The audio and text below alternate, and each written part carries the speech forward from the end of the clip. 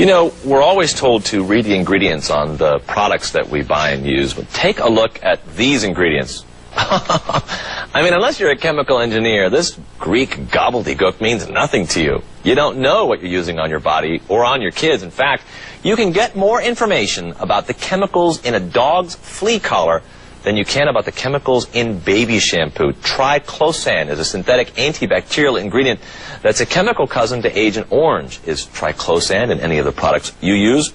Well, we're going to find out. Linda Shea has been speaking out about chemicals that we use in the day-to-day products, and what she has to say is pretty scary. Let's start off with a word that we might see on the front of some of these things we buy: non-toxic. Does that mean anything?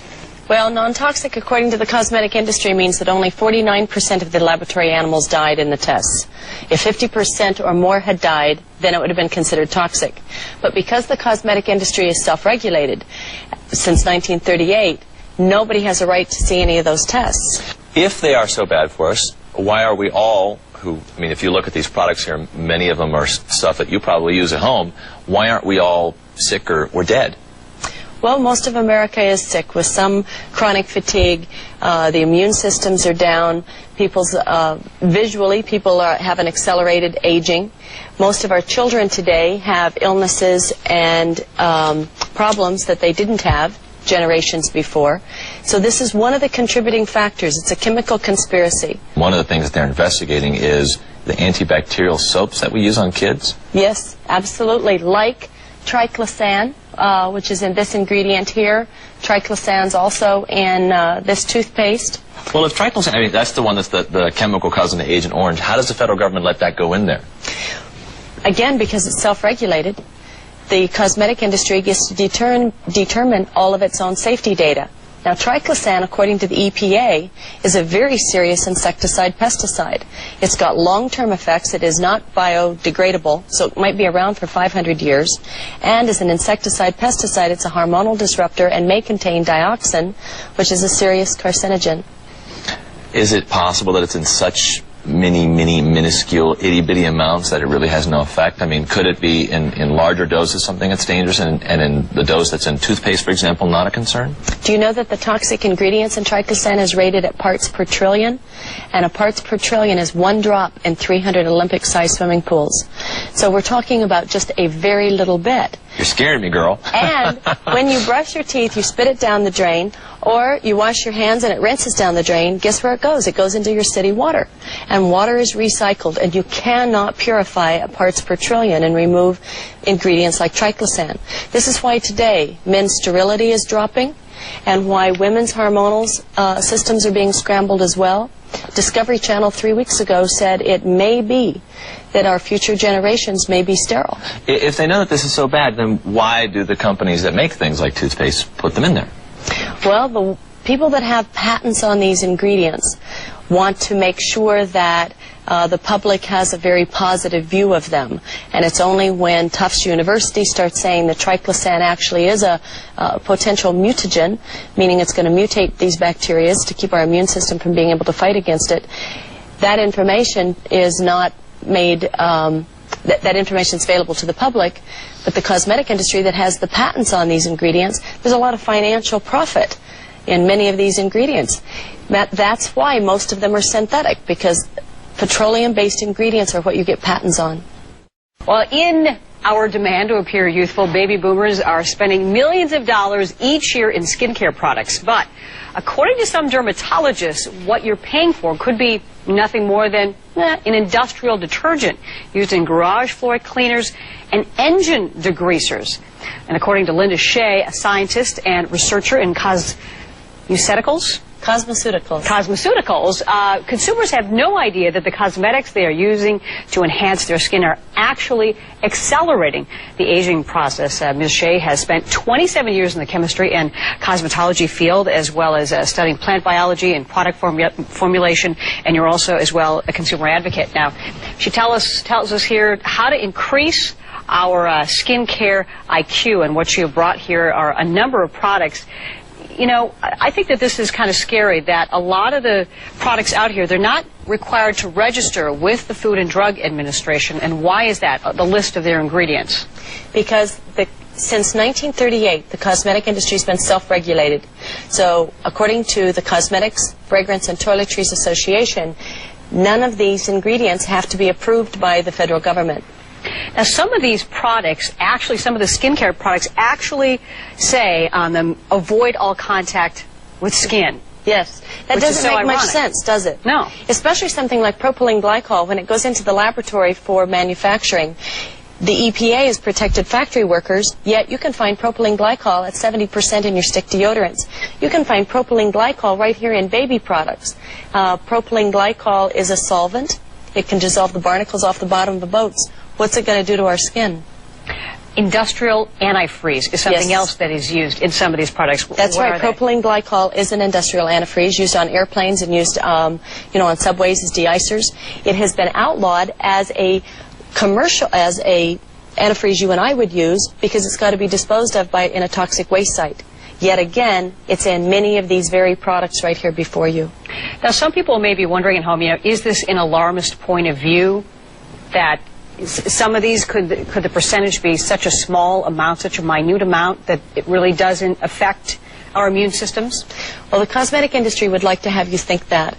And yet, because you use a small amount of this, and because our hormones are being so disrupted that we're seeing effects in our children, we're seeing more illnesses and diseases than we've ever seen before, it's the small amounts add up, and it's the cumulative effects that we continuously have as they enter our body. Our skin is permeable. Now, what are the safe alternatives, and are there cost-effective safe alternatives, and why aren't the companies using them?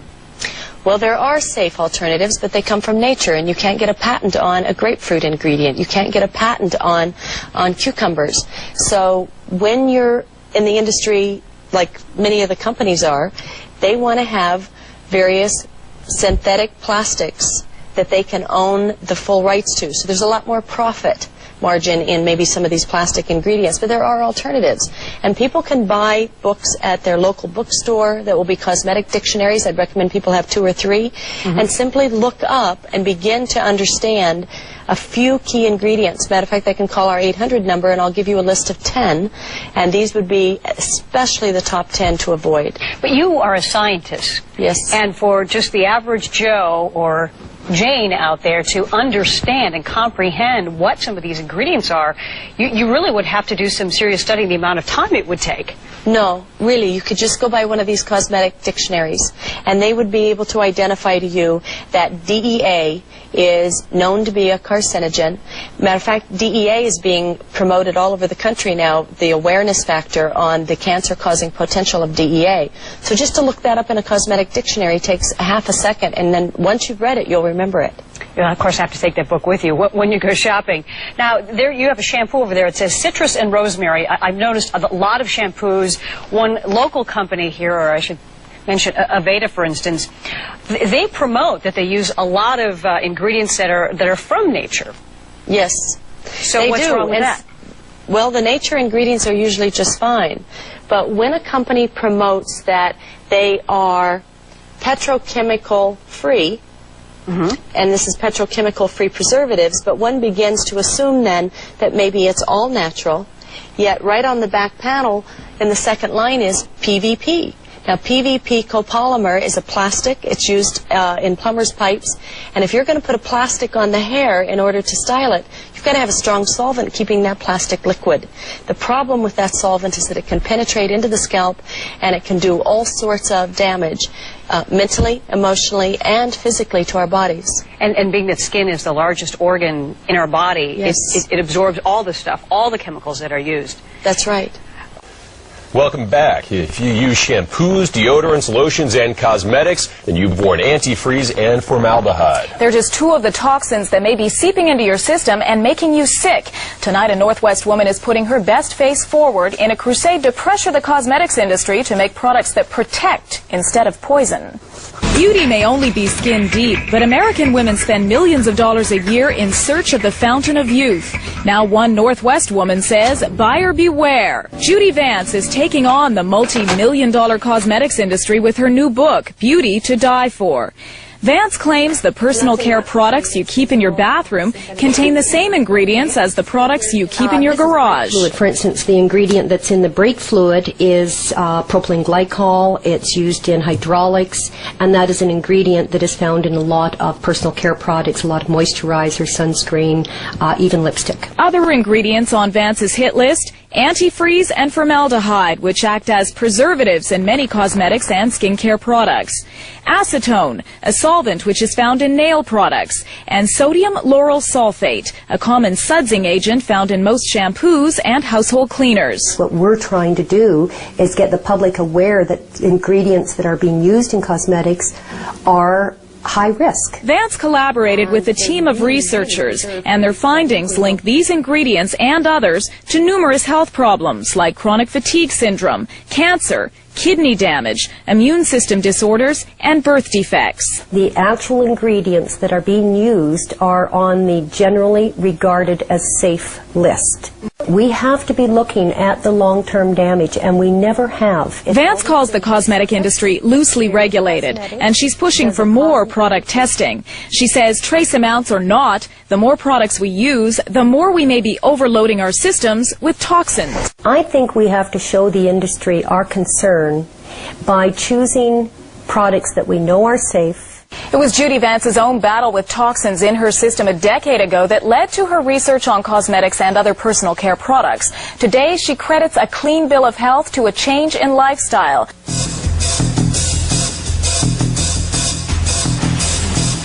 They are everywhere in our daily lives, often where we least expect them. We're conducting a vast toxicologic experiment, and we're using our children as the experimental animals. Not a single child today is born free of synthetic chemicals. With chemicals, it's shoot first and ask questions later. We think we are protected, but in fact, chemicals are presumed safe, innocent, until proven guilty. Years of documents have shown that they knew they were hurting people, much like the tobacco industry. Historians don't like to use broad political terms like cover-up, but there's really no other term that you can use for this. In this special investigation, we will reveal the secrets that a powerful industry has kept hidden for almost 50 years.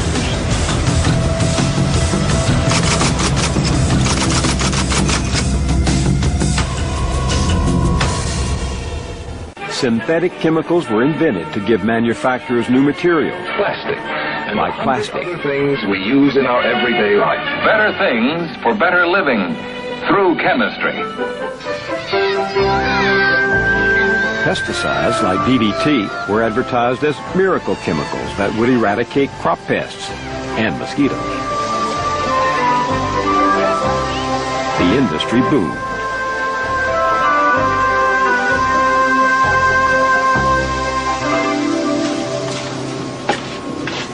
Since then, tens of thousands of new chemicals have been created, turned into consumer products, or released into the environment. There are 80,000 different man-made chemicals that have been registered with the EPA for possible use in commerce. Of those 80,000, there are about 15,000 that are actually produced each year in major quantities. And of those 15,000, only about 43% have ever been properly tested to see whether or not they can cause injury to humans. These secret documents reveal that the risks were known from the beginning. The chemical industry knew much more about its miracle products than it was telling. The chemical industry has contended that while a few substances pose a real risk to human health when sufficient exposure occurs, the vast majority of chemicals do not pose any substantial threat to health.